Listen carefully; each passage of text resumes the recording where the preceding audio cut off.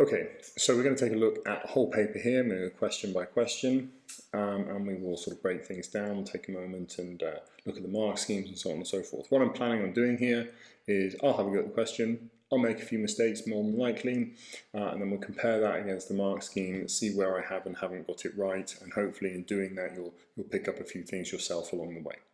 Okay, so our first question on this paper is worth pointing out this is a specimen paper. This particular year is one of the first years I believe that this syllabus is run, so it is a little bit different. These are relatively easy to find on the internet, but I will put a link to Cambridge's website in the description. Okay, so first question. A school network has several computers. Each computer in the network has a media access control address. Hexadecimal is used for MAC addresses. Part of the MAC address is given. Each pair of digits is stored as binary in an 8-bit register. Complete the binary register for these two pairs of digits. So we've got to work out what the binary equivalent of 9, 7 and 5C would be. Okay, so it's important to recognize that this is hexadecimal, so we're dealing with 9 and 7 rather than 97. It's a bit more obvious with 5C, but 97 is a smidge confusing. So with 97, what we're going to do is we're going to come up here, we're going to make a note of 97. This is what we're dealing with. Now, it's also worth noting that there's several different ways of doing this. I tend to do this the slower way, but I like it because it leaves you open to fewer mistakes. So what we've got to do first is work out what 9 is. So we've got an 8, a 4, a 2 and a 1. So 9 is just going to be 8, 0, 0 and a 1. Okay, so that's dealt with the 9. And then there's the 7. We're going to do the same thing again. 8, 4, 2 and 1. So 7 is going to be 0, 1, 1, 1. Okay, so that's our number. That is 97 as a hexadecimal number. And actually doing it like this is quite easy because there's not a huge number of steps to it. We're just going to take those values up there and convert them into a binary number. So down here, we're going to take 1, 0, 0, 1, 0, 1, 1, 1. Nice and easy. Next we've got 5C. It's a little bit more difficult. So 5C. 5, so we're going to do the same process again. 8, 4, 2 and 1. So that's going to be no 8s, 1 4, no 2s and a 1 for our 5. And then C, what I like to do is say that A is equal to 10, B is equal to 11, C is equal to 12, and I'd probably make a note of this down the side of my paper. So C is actually 12. So then we've got 8, 4, 2 and 1 to play with. We can go up to 15 with this. This is definitely going to work. Okay, so to get to 12 we need an 8 and a 4. We don't need a 2, we don't need a 1. And it lines up with rules about odd and even numbers and so on and so forth. There's a 0 here, so kind of a nice little check. So our first question, 0, 1, 0, 1 for the 5, and then 1, 1, 0, 0 for the 12. That's reasonably straightforward, and that's worth 4 marks. So it's not terribly complicated mathematics. You don't get a calculator, unfortunately, but it's pretty simple math, I hope you would agree. The next question, it says, describe what is meant by a MAC address. So with these types of questions, although if you've looked at a few mark schemes, you'll see this does vary. It is never an awful idea to say what those letters start with. It may or may not appear on the mark scheme, but we could say that MAC address is a media access address. In this case, I'm probably unlikely to give you a mark for that because it was in the previous question, but like I say, never a bad idea to include it. We might want to talk about the fact that it can be used to identify a device. It's very similar to an IP address in lots of respects, so we can ID a device with it. you might want to talk about the fact that it is unique. This does differentiate it from an IP address because IP addresses are not always unique. So MAC address is unique. It's also something that doesn't change. Now, whilst there is ways that you can spoof them and things like this, strictly speaking, they don't change. So you could say something like, it will not change. You might want to use slightly more technical vocabulary. You might say maybe something like it's static, or it's a static address, or it's a non-dynamic address, something like this. But that's a good thing to mention, right? It's not going to change.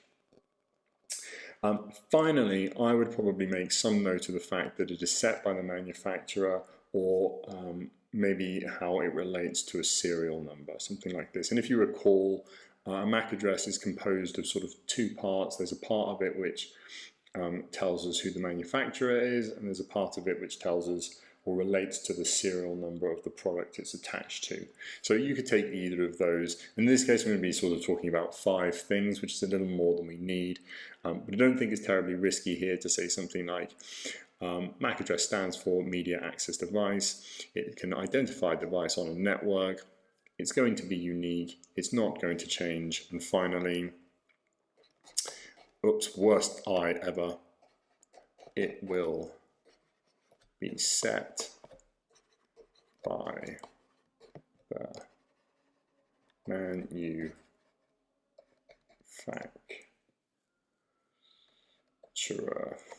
Excuse my spelling. Okay, so that should get you across the line with your 4 marks. Now, if we take a very quick look at the mark scheme, oops, should be here somewhere. There we go. If you take a quick look at the mark scheme, you'll see it does mention the fact that it's unique to a device. It does mention the fact that it identifies that device. It's a static address, or it doesn't change. It's set by the manufacturer. It talks about the fact that there are different parts to it, and part of it is for the serial number. So taking that approach is a relatively safe one. You wouldn't get the mark in this case for talking about the fact that it is a MAC address, but like I say, I don't think it really hurts in order to include that. Right, next question. So you give 2 other uses in computer science of hexadecimal. So you've got to be really careful here, because it's quite easy to jump straight in and say, well, it can be used for an address. Okay, but they're saying 2 other. Other is quite an important word here. We don't want to forget about that. So there's quite a few things that MAC addresses get used for, but I would say one of the easiest ones is color codes. Okay, when you're representing something in RGB, R, G, and B needs to be represented by a binary number. We will end up with a very, very large bit of text on the screen if we were representing it in binary to the user. So we don't. We represent it in hexadecimal. So you could say color codes. Okay, something like this would be perfect. Other places it crops up would be things like ASCII codes, memory locations, occasionally they crop up in URLs. In my experience, in a URL, it's more of a variation. Think like the identifying aspect of a YouTube address. You could also talk about error messages, these sorts of things. For me, error messages is probably the thing that pops into my head first. So, error messages. Okay, and then if we jump back over to the mark scheme, so here somewhere, you can see color codes right at the top there. They're also mentioning HTML and CSS, error messages, memory locations, memory dump or debugging. They do interestingly talk about IP addresses, or version 6 IP addresses, which wouldn't have sprung to mind for me. ASCII and Unicode, assembly language and URL, so any of those sorts of things. But I think the easiest and the safest one's probably the first 2. Color codes and error messages. Okay, let's take a look at the next one. So another value is stored as binary in a register, and you've got the binary number there. A logical left shift of 2 places is performed on the binary value. Complete the binary register to show its contents after the logical left shift. So this is reasonably straightforward. All we're going to do is we're going to take that binary number that we see here, and we're going to move it 2 places to the left. So we're going to move it this way 2 places.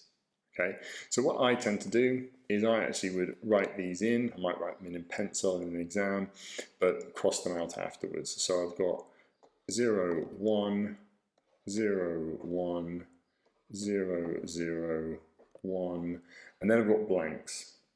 Well, I've actually got a 0, sorry, but then I've got 2 blanks. So we fill those with zeros. Okay, so these can be crossed out or ignored.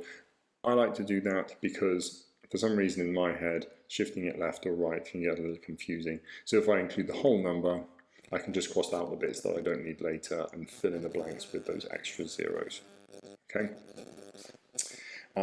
Shifting right along. So state one effect this logical shift has on the binary value. So again, this isn't a terribly big deal. If you were a little stuck, you could go back and you could work out the value of this. What does this one equal? What does this one equal? And you would see a pattern there. Okay, this is a relatively large number. We're sort of up towards 100 and something here. And this is also up in the direction of 100 and something. In fact, no, this is considerably lower. So something has changed there. And that might expose a pattern to you. But for the purposes of GCSEs, we don't need to go into a super amount of detail. There's basically 2 things that take place, generally speaking, when we're talking about logical shift. We're either getting a division or a multiplication. I always get this backwards, which is why working it out is kind of handy. But if we move things to the left, maybe you get a multiplication, and if you move things to the right, you get a division. However, what you are going to get is a loss of accuracy. If you lose any bits off of either end of that byte, you are damaging the accuracy of that byte. It's not going to represent the value quite as accurately. So actually, if you work it out, you might find that it's like almost multiplied by 2 or almost multiplied by 4, but perhaps not quite. So I would probably put here something like a loss of accuracy, something like this. Excuse the pen, it's a little messy there. And now if we jump over and take a quick look at the mark scheme, going the wrong way every time, there we go. So the value becomes incorrect because the leftmost bits are lost. So although I'm not using the exact same vocabulary as they're using there, I'm imparting the same sort of message, right?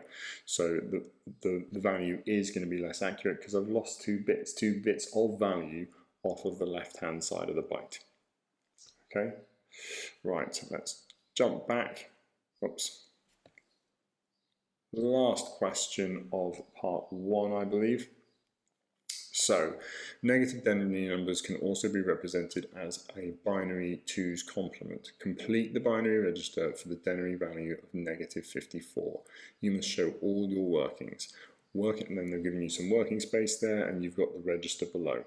So if they're saying that you must show your workings, then the likelihood is that they're going to give you 1 mark for the correct answer, and they're going to give you, 1 mark for 1 mark for the working. Apologies.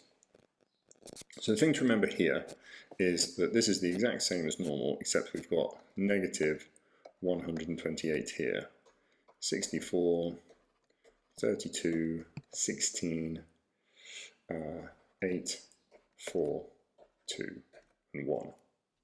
Okay, so perhaps the first thing to do is to work out what 54 is in binary. So find yourself a bit of space. I'm not going to use this working space because of the pen that I'm using, but they should mark it wherever it is. So I'm going to say 54 is going to be equal to, well, I'm not going to need 128. I'm not going to need 64, so don't need those. Next one is 32. Okay, so I am going to need that. 54 take away 32 is going to leave us with 22. Okay, so the next one down is going to be 16. So I'm going to need that, right? And I'm going to say 22 take away, take away 16. I know it's written wrong, but take away 16. We are going to be left with 6. Okay, so the next one down is our 8th bit, so we don't need that. Next one down from that is going to be our 4th bit, so we'll want that one. That'll leave us with 2, so we'll want the 2, and we won't want the 1, right? So there you go, there's 54 in binary. Now we need to represent this negatively. So a good way to do this is starting on the right, you copy that number out until you hit your first 1.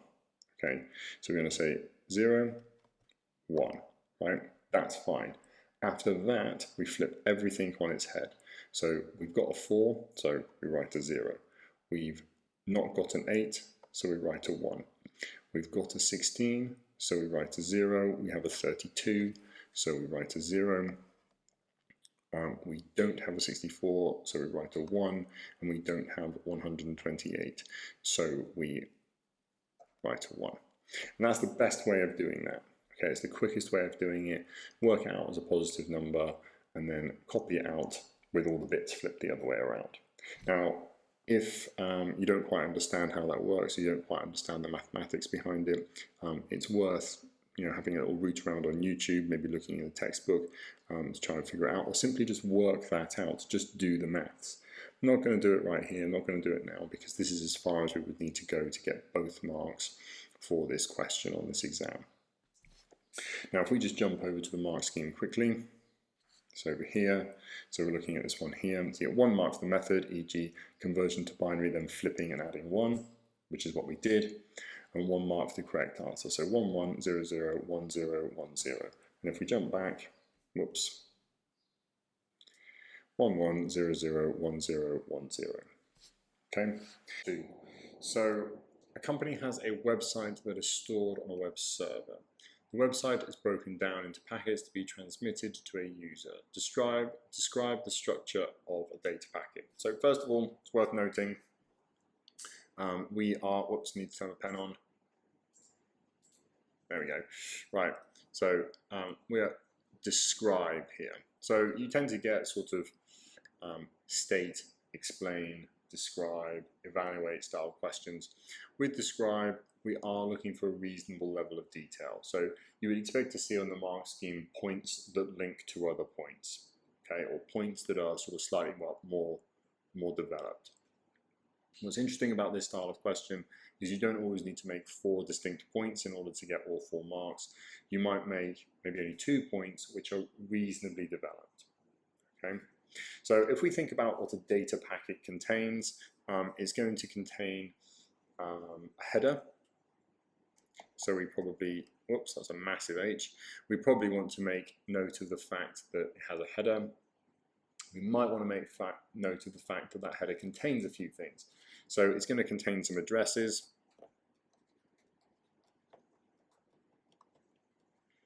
I.e sender and destination address. Okay, that is horrible handwriting, I apologize. That's supposed to be an I, but it's more like an N. But your header is going to contain some addresses. It's going to contain where it's come from and where it's going to.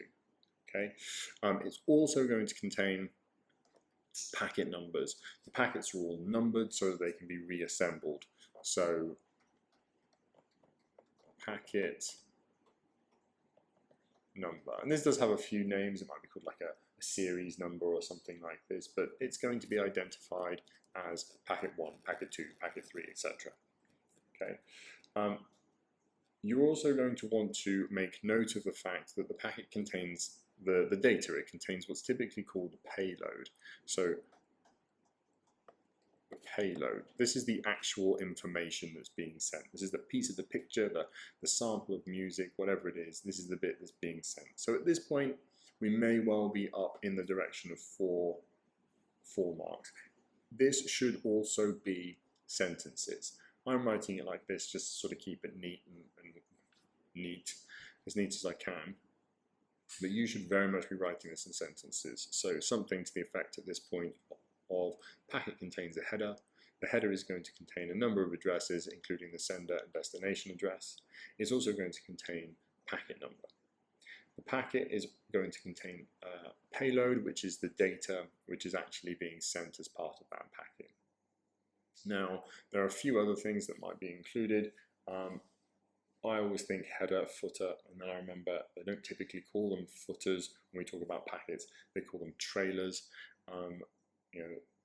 And you might think of one or two other bits and pieces that you should include. But typically speaking, if you say these things, you should be covering your 4 or 5 marks that are required by this type of question.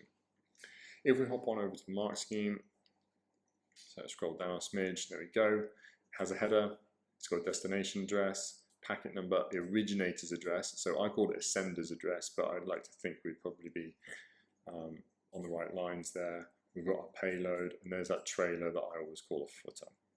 Okay, so you obviously don't need to say all 6 of those to get the 4 marks, but notice it has a header that contains, right? So these are follow-on marks. So you need to be implying that these 3 things are contained inside of this header. Okay, right, next question. B. So a website hosts videos that users can stream. The company uploads new videos to the website. Videos are compressed before they are uploaded to the website. Tick one box to show which statement is a benefit of compressing videos. So data is encrypted. No, absolutely not. It does not happen with compression. Duration of each video will be reduced. No, that's again not the point. Less storage space on the web server is required. That's a likely answer. When we compress things, we make the file itself smaller. Not the length of it, but the amount of data that is being used. More bandwidth is required when viewing the videos. No, one of the points of this is to take up less space, so it's going to require less bandwidth. So whilst this one is plausible, it's backwards. This is the only one it can be. If we jump back over to the mark scheme, whoops, and there we go, you'll see it's C. Okay, right here it says C. So easy peasy. Right. Next question. Give 2 methods of compression that could be used to compress the videos. Now, this particular question isn't very difficult, right? The answer here is lossy and lossless. And most of you will be able to get that right. Where this particular sort of question gets a bit more difficult is when it asks which one is which. So you really need to invest some time in making sure you are clear and you're getting your vocabulary the right way around. If we jump back to the mark scheme quickly, you will see lossy, lossless, easy peasy. Okay, just here. Part 3.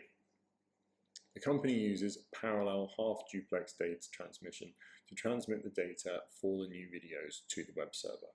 Explain why parallel half-duplex data transmission is the most appropriate method.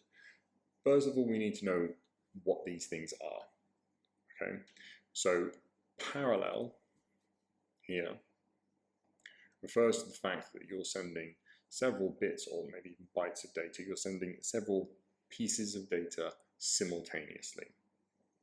Okay, so this is things literally running in parallel to one another. Half duplex refers to the fact that this data can travel in both directions up and down that cable, but not typically at the same time. Okay, so hopefully we understand those 2 terms. Next, data transmission to transmit the data for the new videos to the web server. So why is this most appropriate? So it's most appropriate because we are typically not going to download something and upload something at the same time. It's quite uncommon for people to do those sorts of things. Okay, so that information can go in one direction at any one time, and that's adequate for this. We're going to use parallel because it's quicker, and that doesn't take a huge amount of understanding, right? The alternative to parallel is serial, so that's 1 bit at a time. If we're able to send 8 bits at a time or more than that, that's going to speed things up quite considerably. So we can talk about that.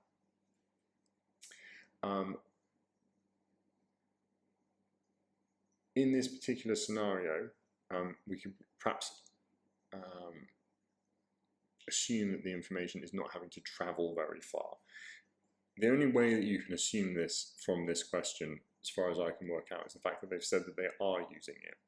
And you can only really use parallel transmission if you're dealing with a short distance. Okay? If it were traveling over a long distance, then you get affected by something called skew. Skew is when the bytes start to bleed into one another, and it confuses the values and so on and so forth. So, first thing I would talk about here, I would probably talk about parallel is faster. Okay, obviously I'd talk about it in a sentence, but parallel is faster. We can transmit data more quickly. And that's useful in this instance because we have a large amount of data.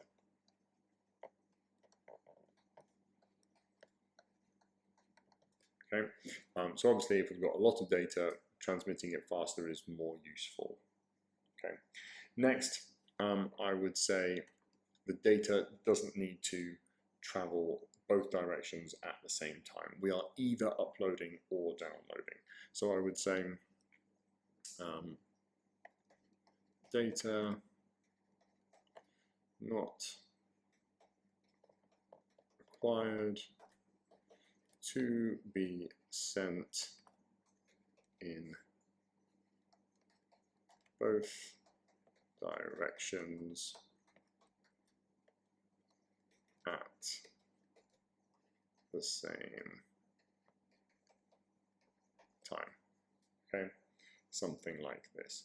Now there's a reasonable chance that that has probably got us our 4 marks. But you could also mention here parallel can be used as the distance is short. Okay, so again, remembering to do this in proper sentences. It's a 4-mark question. They've given you plenty of space, so you are thinking about a short paragraph here. But those are the sorts of things you can mention. Parallel is faster to transmit that data. This is useful if we've got a large amount of data. Data is not required to be sent in both directions at the same time. And parallel can be used as the distance is short. That's going to cover most of the eventualities. Let's take a little look at the mark scheme for that one. So we're down here. Parallel will allow faster transmission of the large amount of data. Data can be uploaded and downloaded, but does not have to be at the same time. Data is not required to travel a long distance, therefore skewing is not a problem. So although I talked about this, I didn't actually mention it in my written answer. Everything else there I've sort of covered, so I've probably gone a little bit above and beyond what is actually required. Next question, part C. So the company is concerned about distributed denial of service attack, or a distributed denial of service attack. Describe what is meant by a DDoS attack. So DDoS isn't a terribly complicated thing. This is when a country, an institution, an individual, whoever it is, fires a lot of requests at a server with the intention of making more requests than it can handle. This will either prevent genuine users from using it, or it will crash a server and then still prevent genuine users from using it. Okay, so we need to talk about that. Now, it's unlikely that this sort of thing is going to come from one computer. It's going to come from several computers. It's quite difficult to do a DDoS attack, I believe, from just one machine. So you might have automated computers or bots. You might have various people working in some sort of server farm or something firing off all of these requests. But either way, we need to make a lot of requests. So describe what is meant by a DDoS attack. I would probably start by saying a lot of requests are sent to a server at the same time. Something to that effect. Okay. The purpose of it is where I would go next. So the aim, is to prevent other users from accessing the server. Again, something to that effect. Now, at this point, I might be nudging myself close to that 4 marks. I'm probably not quite there, but I am getting in that same sort of direction. What I want to say now is what's going to happen as a result of all those requests. So if the requests exceed what the server can handle, then it will crash, okay, or timeout, or fail, or something to that effect. And that's probably about where I would leave it. Okay. Basically, we're implying the fact we're imparting this idea that a lot of requests are going to be made of that server at the same time in a very short period of time. The aim of it is to prevent other people from accessing that server, and if the number of requests exceeds what the server is able to cope with, then it's going to crash. So this is sort of the result. Okay, so if we jump back over to the mark scheme, we'll see multiple computers are used as bots, so that's the direction that we could go. Designed to deny people access to the website, so I've kind of implied that, so maybe I'm getting that mark. A large number or numerous requests are sent to a server, all at the same time, so potentially got 2 marks there. The server is unable to respond or struggles to respond to all the requests, or the server fails, times out. Now I said crashes, so perhaps I could be a slightly questionable on that one, but I'm saying the same kind of idea. Right, next question, I think the last one for question 2 possibly. Suggest one security device that could be used to help prevent a DDoS attack. So the best option here is a proxy server. An alternative would be a firewall. So those are your possible answers. You may have even seen it on the previous mark scheme there down the bottom. Firewall or proxy server. Question 3. So a web server has an internet protocol address or an IP address. Give 3 characteristics of an IP address. Now there's actually loads of things that you could go for here because there's various different versions of this protocol and there's various different ways that it can be written and so on and so forth. Basically, we want to drill down to what the most common answers are. Now IP addresses, they tend to look something like this. So I don't know, 192.168.1.1. They come in a few forms though. Sometimes you get like 10.10.1.1, this sort of thing. They can also be written in hexadecimal. They can be separated by commas, colons, full stops, etc. They don't change, or they do change. They can be one or the other depending on whether they're private or public. And they come in a few different versions. So there's IPv4 and there's IPv6, and they're different sizes and so on and so forth. So I would say the best bet here is to drill down on the types of numbers that are in there. Now, because we are we're sort of limited in terms of the size that each one of these sections can get to, that's a good thing to talk about. So I'd probably mention something like values do not exceed 255. So we're using 1 byte per section, if you like. Okay, remember, a byte can go up to 255. There's 256 options, including the 0. So that's one direction you can go. You could also think about the way that it looks. It's quite a good one to go for. So it's typically separated by full stops. So I'd say something like that. So separated by full stops. And then you could mention the fact that it can be either what's called static, i.e. it doesn't change, or dynamic, i.e. it changes all the time. So your home IP address, the one that identifies your house, is typically static, or it's reasonably static, it doesn't change very often. And then the one that identifies your computer on your local area network, what's called your private IP address, that one is dynamic. That changes all the time. If you turn your computer off and turn it back on again, you may well be assigned a different IP address.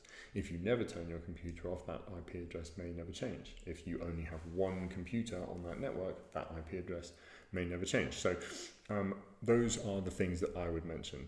Values don't exceed 255, separated by full stops. You could probably also put commas or colons, and it's either static or dynamic. Right? Those are the things that I would talk about. Maybe as full sentences, but this should be okay. So if we jump back over, scroll down just a smidge to question 3s. There you go. Consists of values between 255, separated by full stops. It's a unique address. I don't like that one because it's not always. Your local area network is going to assign you an address which other people definitely have. So I would be wary of that one unless you know exactly what you're talking about.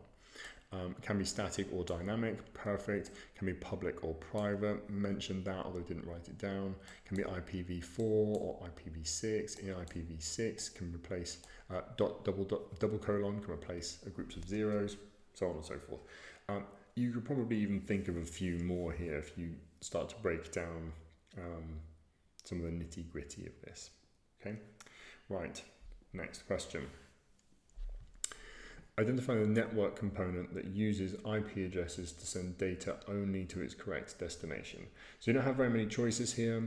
You might be thinking switch or bridge, network interface card, something like this, but the best and the safest answer here is to say a router. That's because your router is going to deal with all the different types of IP addresses. It sits between a local area network and the wider internet. It's the best option. Okay, so router is what I would say. If we jump back over, router is actually the only option that they give you. They're not accepting switch or bridge or anything else. Even though they do deal with IP addresses, they're just not dealing with it in the same way. Okay. Next question. The website has a uniform resource locator, otherwise known as a URL. An example of the URL is given, and they've given you one. Okay. Complete the table to identify the name of each section of the URL. So HTTPS. This is the protocol that's being used. So protocol. CambridgeAssessment.org.uk. This is the domain name. Okay, or the domain.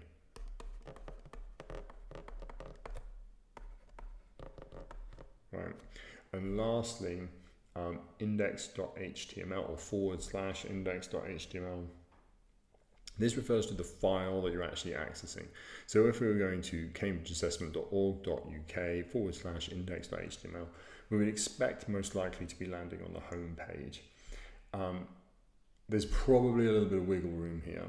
You might be able to say things like home page, perhaps web page, or maybe even website, although that might be a little questionable. But really, it's the file name. It's referencing the specific file in the server that we need to be heading to. So I would say here, file name. Let's check it out. So there you go, you've got protocol, easy peasy, you've got domain name, again, easy peasy. And then here they said web page or file name. If you were to see a question like this again, I would implore you to think about this and go, file name, because that's the one that's going to be there every time. Website, web page, any of these sort of variations, they're a little questionable. File name is very safe. I think that concludes question 3. We'll carry on though and we'll talk about question 4. So a computer has a von Neumann architecture. Circle 3 components that are part of the central processing unit in this computer. So you've got accumulator, hard disk, memory address register, program counter, random access memory, read-only memory, sensor, and solid state drive. So there's a few right away we can just cross out. Okay, hard disk drive has got nothing really to do with the CPU, neither does solid state. That's the exact same thing. Sensor, again, this is part of like a control or monitoring system, so it's not going to be that. Now, you then start to get down to things which could be a little bit questionable, right? So random access memory, for example, is involved in the fetch execute cycle quite heavily. However, it is not part of the CPU, so it can't be that. Read-only memory, again, does crop up occasionally when we're talking about the fetch execute cycle as part of the boot up instructions. It's unlikely that it would crop up as part of the fetch execute cycle, but it might crop up in a related question, maybe when we're talking about the startup of the computer, but it's not part of the CPU, so no. So that only really leaves us with accumulator, memory address register, and program counter. So the accumulator, oops, worst ring ever, but the accumulator is where we sort of do a lot of our mathematics within the processor. The MAR, the memory address register, is where we store addresses. And the program counter is what generates the next address, if you like. It's where we're going to go for our next piece of data or next instruction or what have you. Okay, so it's those 3. Accumulator, memory address register, and program counter. If we jump over to the mark scheme, hopefully we're going to see something similar. There you go. Accumulator, program counter, and memory address register. You want to make sure that when you answer this, you are much neater than I've been here. The ticks and the dashes and stuff that I've put on here could be very confusing to an examiner. Just make it absolutely clear what you mean. Okay? If you make a mistake, make it obvious that it's a mistake. Cross it out, scribble it out. If you've done it in pencil, which would be wise, rub it out, but try and avoid putting anything unnecessary on the page here. Okay? Right, part B. Describe the purpose of the control unit within this computer. So I always think of the control unit as being like a traffic warden. It's directing information around the processor and so on and so forth. However, that's not really detailed enough for our answer here.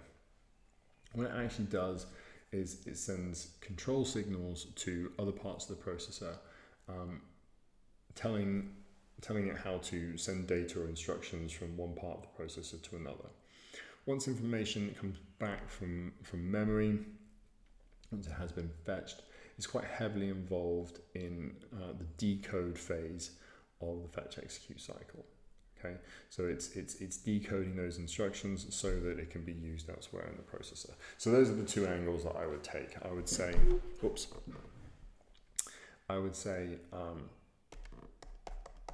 it sends control,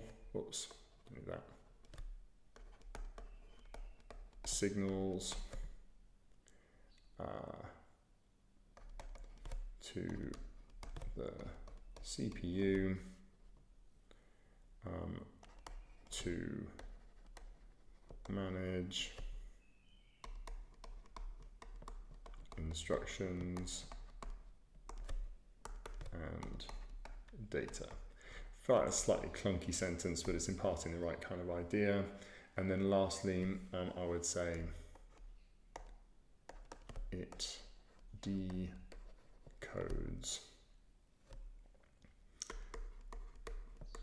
instructions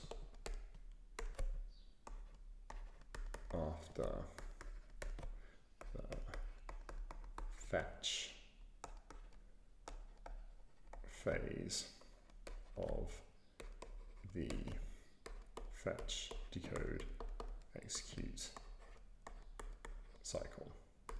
Something like that. Let's have a little look. So there we go. It sends control signals that manage the transfer of data and instructions within the CPU. So I was imparting the right idea, a little clunky with my answer. It decodes an instruction using an instruction set. So I haven't got that last point there, but you don't really need it for your 2 marks here. So again, even if I'm not getting this one, hopefully I am getting this one. Right. Next question. The computer has a single core CPU. State one purpose of a core in a CPU. So the core is the juicy part of the processor, right? It's something that we're interested in when we're buying them. How many cores have we got? So on and so forth. And what it's really responsible for is processing instructions, right? Because oftentimes instructions are elsewhere in the computer. They may be in the computer's hard drive. They have to be moved into RAM and then loaded from there. So on and so forth. So its primary function is to process instructions. And so that would be my answer. To process instructions. Let's have a little look. So we go to process an instruction, to carry out the fetch execute cycle. So either of those should be fine. The computer is upgraded to a dual core CPU. Explain how the upgrade can affect the performance of the processor. So the first thing here is you should steer away from, it makes it faster, because having more cores doesn't necessarily, in fact it doesn't make the computer inherently faster. It does make a difference, obviously it makes a difference, but it does not make the computer inherently faster. So what it does is it's the same as having one person doing some work versus having 2 people doing some work.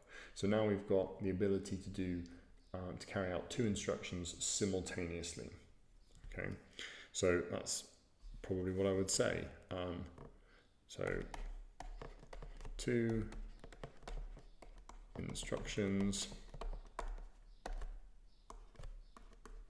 can be run at the same time. This increases, worst word ever, the rate of work.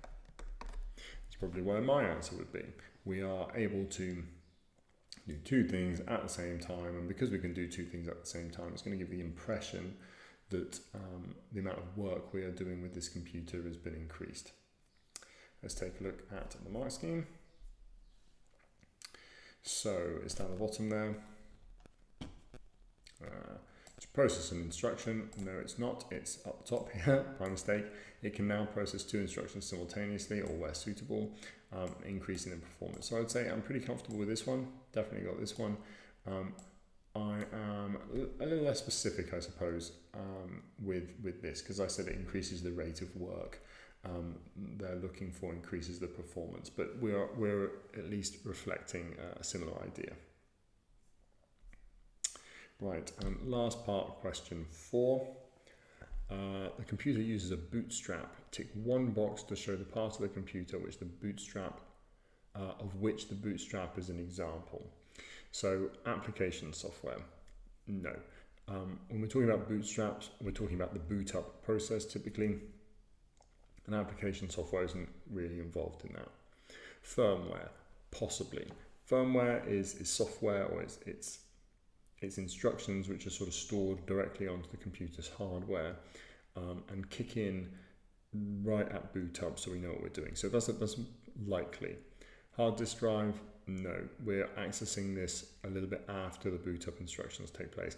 And MAC addresses have got no bearing on Bootstrap at all. It's to do with networking and so on. So the only likely answer here is firmware. Let's take a little look. And there's our answer, B. Right, so question 5. Programmer uses high-level language to create a computer program. Identify 2 advantages to the programmer of using a high-level language instead of a low-level language. Right. We use high-level languages because they are easier for people to understand. That might not be exactly the answer that I'm going to write down, but a high-level language program, Java, C++, whatever it is broadly speaking written in a language that we speak. Okay, typically it's written in English, and we almost write it as a shorthand, right? A low-level language is very, very simple, but very difficult for people to deal with. So we're thinking like binary, machine code, assembly language, whatever it is. We can get quite proficient at it, but it takes quite a lot of practice. So high-level language comes with all those advantages.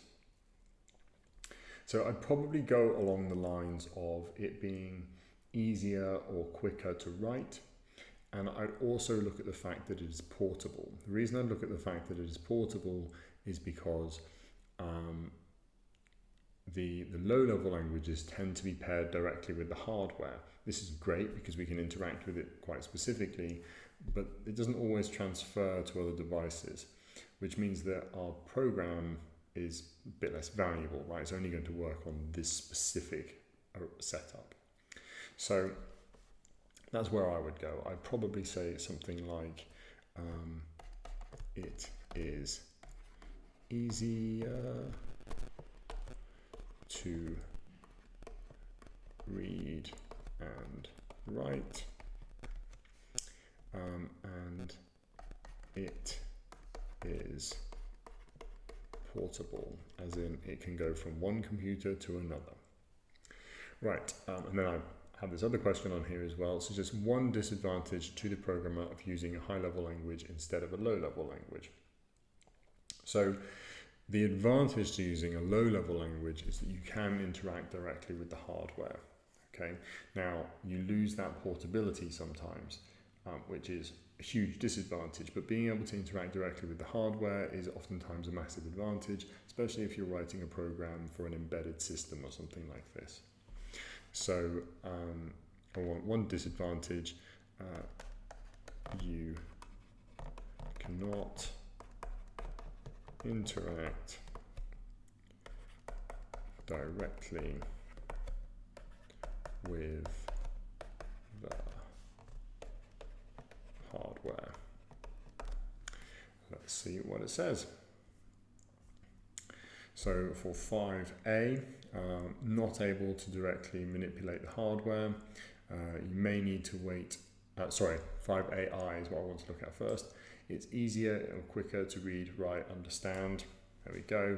They also say it's easier or quicker to debug, and the code is portable. So I've got both of those marks. Then only one disadvantage. So you're not able to directly manipulate the hardware, mentioned that. They also say may need to wait for translation before running, so it makes it a bit slower. Program may be less efficient, maybe including more instructions because you're perhaps going the long way about things. Okay, so any of those, absolutely fine. Right, next question. Programmer uses an integrated development environment, otherwise known as an IDE, when creating the computer program. State what is meant by an IDE. So an IDE is, if you're programming with Python, for example, you're probably familiar with idle. It's a piece of software that you use to write a program. And typically it comes with some additional functions, right? A very common question is to list some of those functions. So things like autocomplete or autocorrect or pretty printing or any of these sorts of things, quite common. So I would say here, software designed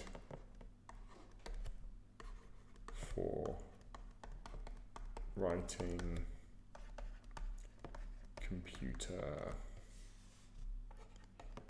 programs. Wrong kind of programs. Something like this. Right, let's have a look at what they say.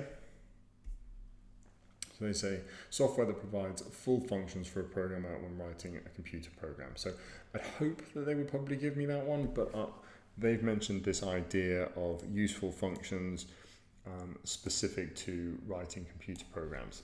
I'm kind of imparting a similar idea. I suppose my answer might be a little questionable there, but you get the idea. Question 6. So now we're moving on to what chapter is this? I think this is one of the new chapters on automation and so on. Anyway, so robots are used in a factory to build cars. One characteristic of a robot is it is a mechanical structure. State 2 other characteristics of a robot. So state, so we're expecting short answers here. These might be one words or short phrases, something like this, but they should not be complex.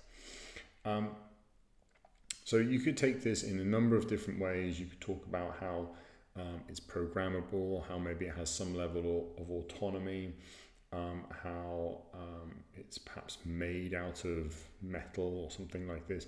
But what we need to really drill down into is what makes it, what specifically makes it a robot. So for me, it being programmable,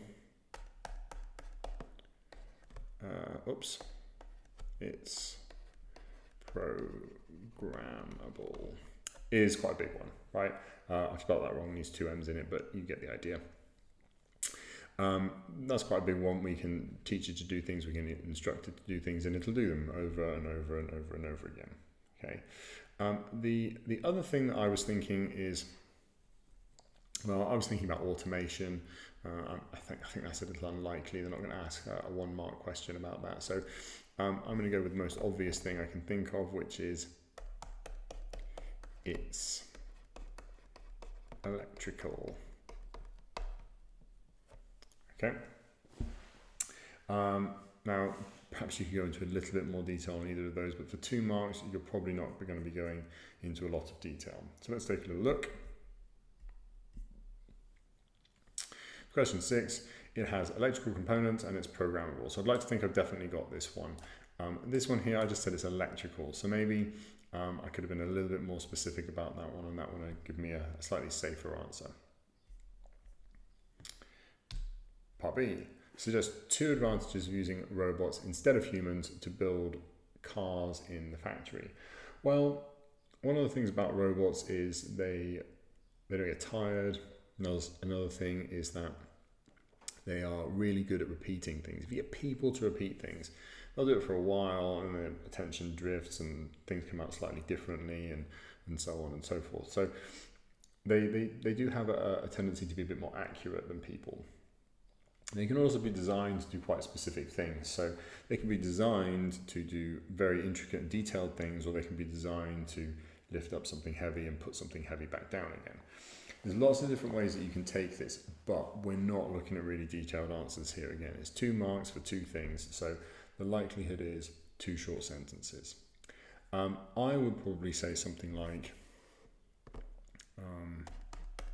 what is that? Let's get rid of that. Right. It is more accurate than a person. It's more accurate in the sense that it will do the same thing over and over again. That more accurate could translate into a negation if it's doing the wrong thing over and over again.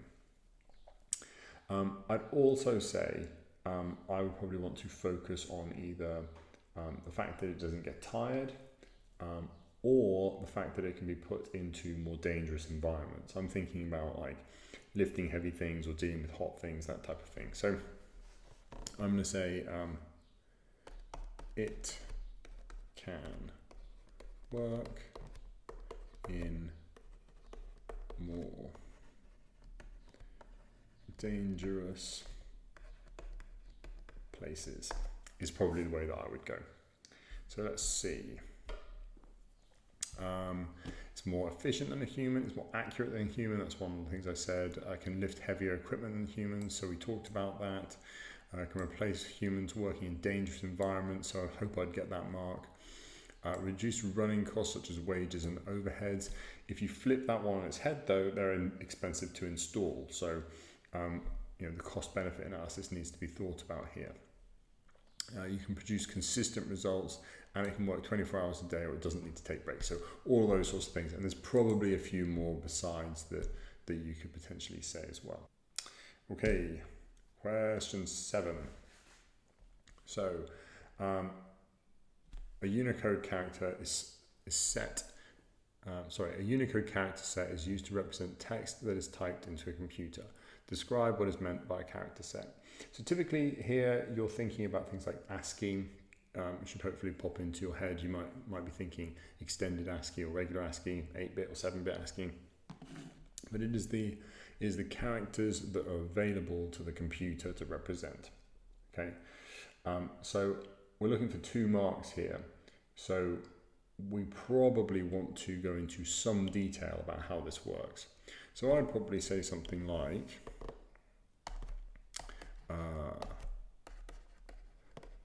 the characters available to the computer,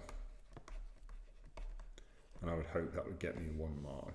And then I would probably go on to say something like each character can be represented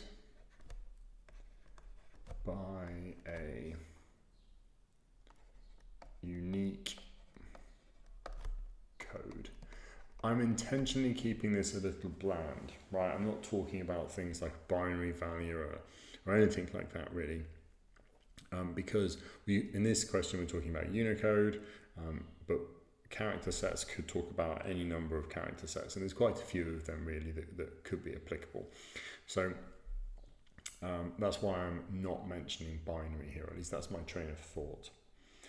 If we jump back to the mark scheme down here at the bottom, all the characters and symbols that can be represented by a computer. So I said the characters that are available to the computer, so I'd hope I'd get that. And then each character and symbol is assigned a unique value. So I talked about a unique value or a unique code for each character, which hopefully would get me that 2nd mark as well. B. One disadvantage of using the Unicode character set instead of the ASCII character set is that the text stored takes up more storage space. Give one reason why it takes up more storage space. So basically looking at why Unicode is a little less efficient than ASCII is. So with Unicode, we're not necessarily just using our 8 bits. We potentially are using quite a lot more. And whilst we're working in English, we are actually almost going to be using the exact same thing. Sometimes we represent this a little differently and so on, but it will still only be using sort of 8 bits or so. When we get a little past that, maybe we're talking about other languages, or maybe we're talking about emojis or something like this, then we're going to start to use more bytes to represent that character.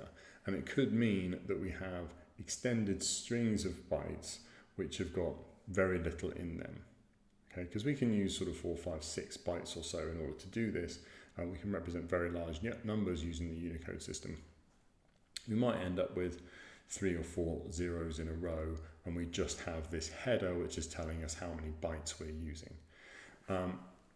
So that can make it a little less efficient. If we're going to slim this down to a 1 mark answer, we could say something like, we potentially need more bits to represent each character using Unicode. So we can say something like, we need more bits to represent each character in Unicode. Let's have a look. So there you go, each character is encoded using more bits. So I don't think I said encoded there specifically, but we're talking about each character requiring more bits, which is the big point. Okay, question 8. Draw a diagram to represent how virtual memory is created and used. Personally, not a fan of the diagram questions. I find it quite difficult to get from the question exactly what they're looking for. Fortunately, this one is quite a simple one. In this instance, what they're doing is they are looking for relatively simple representation of how RAM requires a small amount of the computer's hard drive to be portioned off or partitioned off as virtual memory, and how we need to move things from RAM into virtual memory and from virtual memory into RAM as and when we need them. So actually, relatively simple one. So I'd probably go with something like my hard drive with a partition on it, and this is going to be our virtual memory right here, and over here is going to be our RAM, and between the two we want to have a transfer of data, or transfer of pages or transfer of information, whatever it is. You want to make it clear that that's happening. So it's always good with these to add labels where you can. So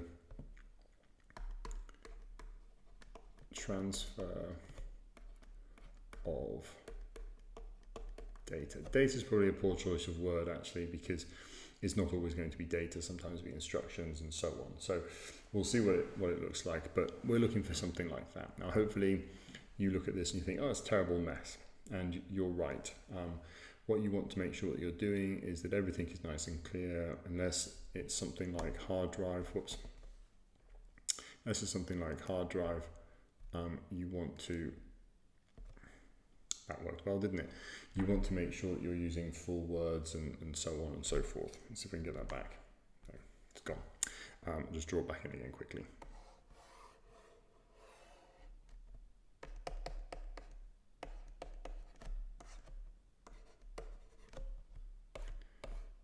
My RAM over here.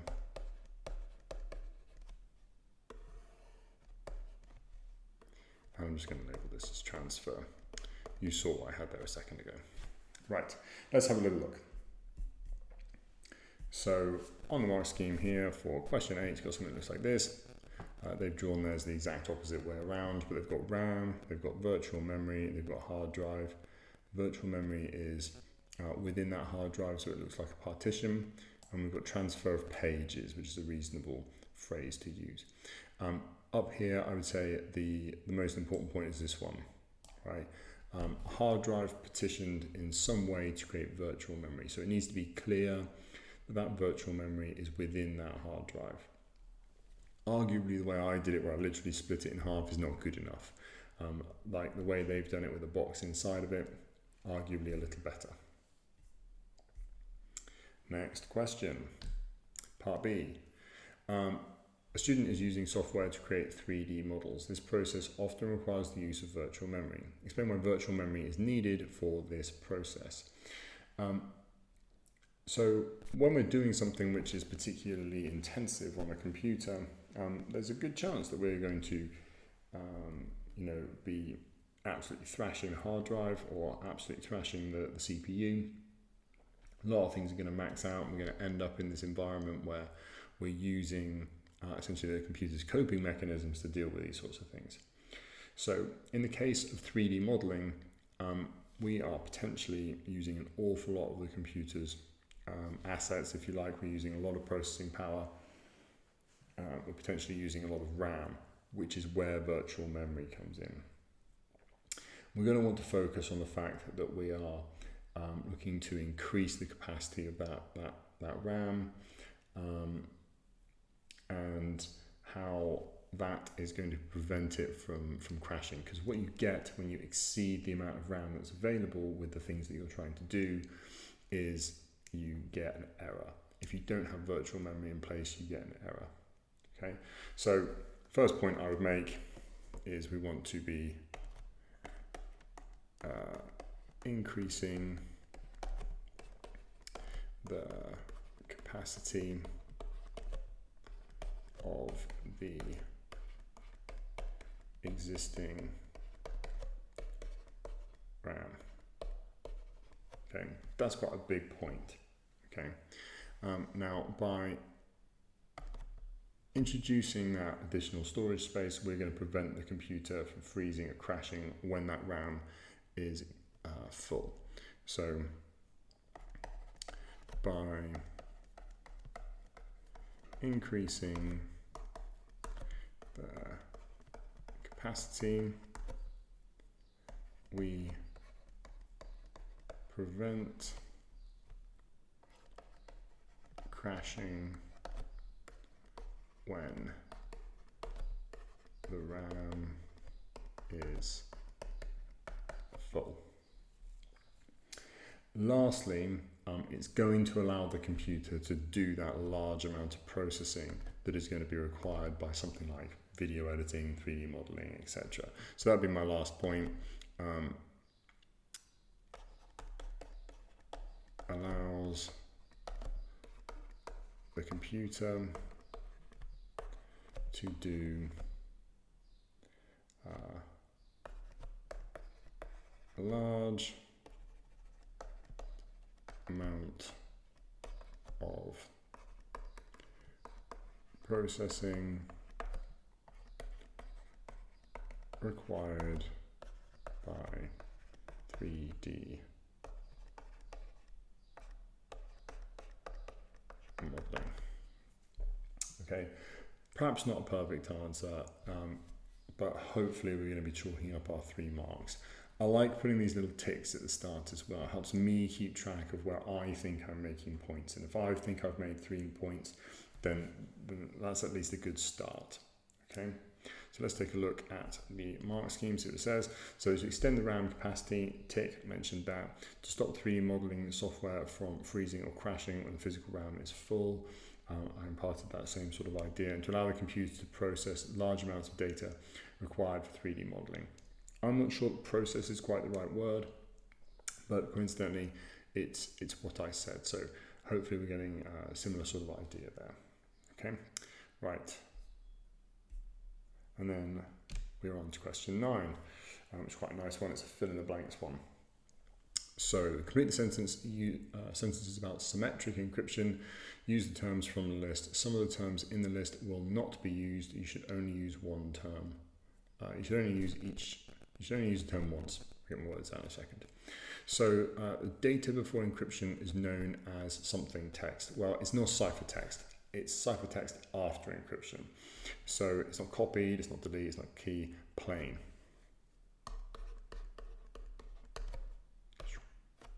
Plain is what goes there. To scramble the data and encryption, something which is a type of something is used. So an encryption key is probably where I would go here. When we're talking about encryption, we're often talking about public keys and private keys and so on and so forth. So key seems a good choice of word, which is a type of something is used. So I would probably go, so that'd be cipher, because that's after our encryption has taken place, copied data, understood, unreadable, standard, public. Algorithm is the only thing that really works there.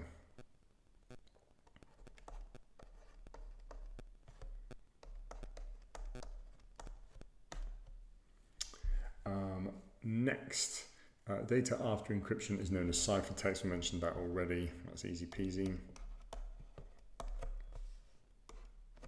And lastly, encryption prevents the data from being something by a hacker. I would probably go with something like read. We haven't got unreadable, doesn't make sense in the sentence, so understood.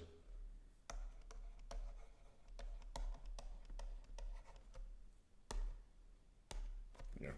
Right, so before The data before encryption is known as plain text. To scramble the data, an encryption key, which is a type of algorithm, is used. The data after encryption is known as ciphertext. Encryption prevents the data from being understood by a hacker. Hopefully an easy 5 marks. So plain, algorithm or key or algorithm, that's strange. Cipher, understood. So I'm on the money there. Next, question 10.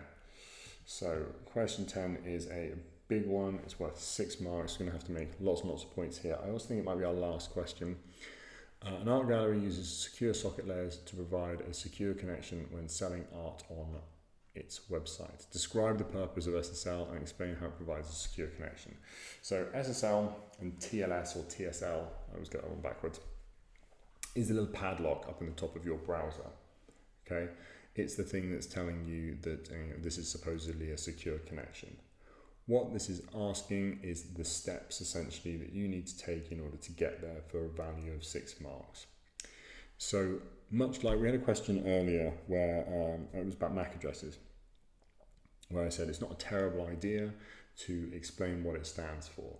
So I'd probably go with an opening mark of something like SSL stands for, it says that in the question, never mind,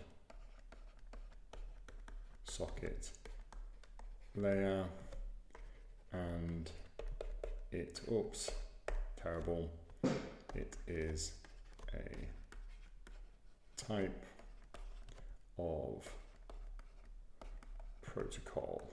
Okay, so that's probably where I would start. Okay, next. Now, the way SSL works is it works with a whole sort of exchange of digital signatures and certificates and so on and so forth. So that's probably where I would go next. I would say something like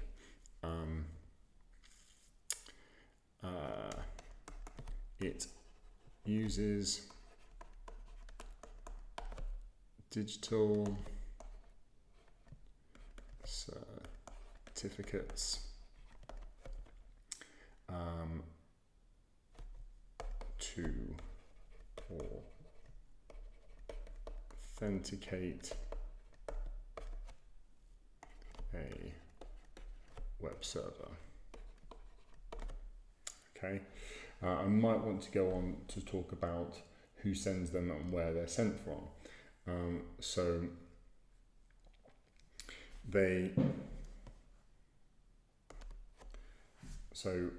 what happens is when you make a request from a server, then you contact that server and say, hey, I'd like to view your website. They send you a certificate which you then verify, and you exchange with them yours, and so on and so forth. So you might say something like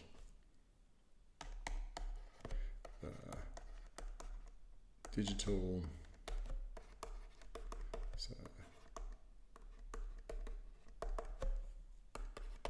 is sent from the user,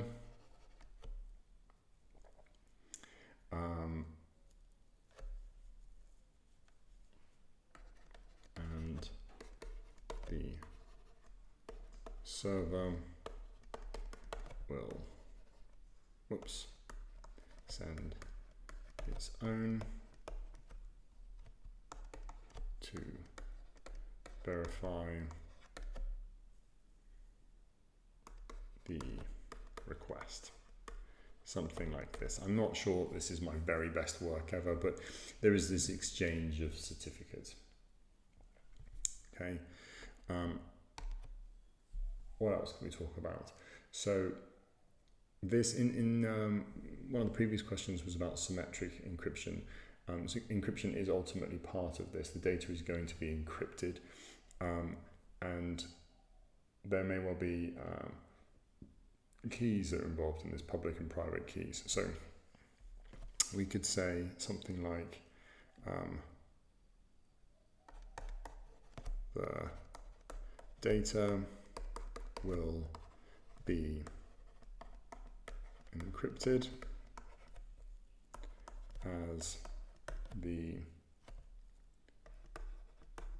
certificates contain a public key. So if you have a public key, then it's not as secure as if you're using asymmetric encryption.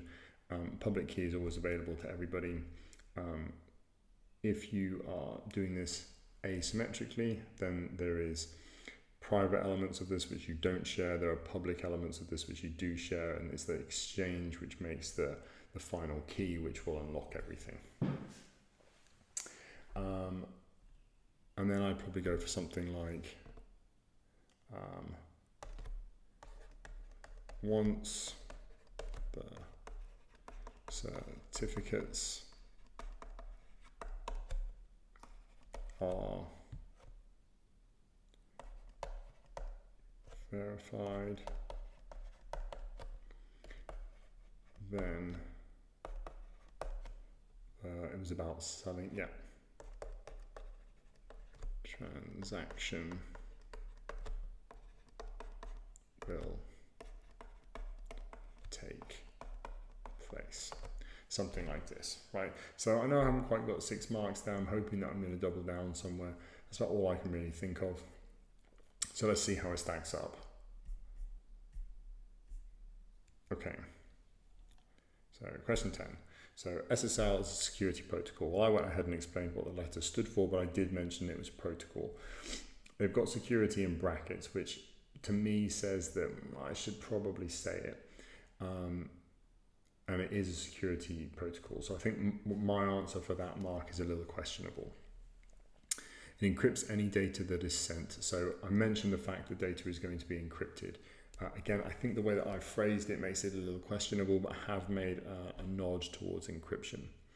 It uses or sends digital certificates. I mentioned the fact that digital certificates are going to be used, so I'm hoping I'm going to get that mark. Which is sent to the buyer or the user's browser, requested by the browser. So I don't think I did a very good job of explaining that. If I'm honest, I find SSL and TLS and so on and so forth quite convoluted in all the steps that you take. So potentially they would argue I got that one backwards.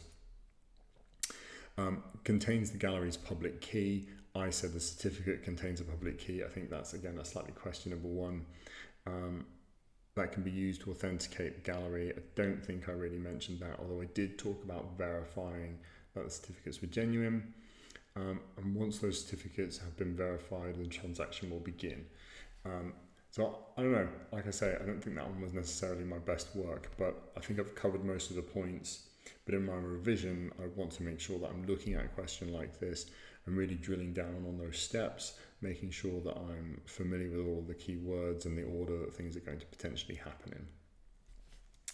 And I think that concludes that paper. Yep, that's it. So I hope that you found all of that helpful.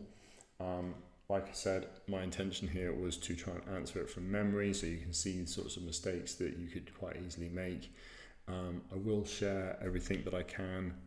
I'll put links in the description and so on and so forth. So hopefully you can refer back to this. Anyway, thank you very much for watching. Take care.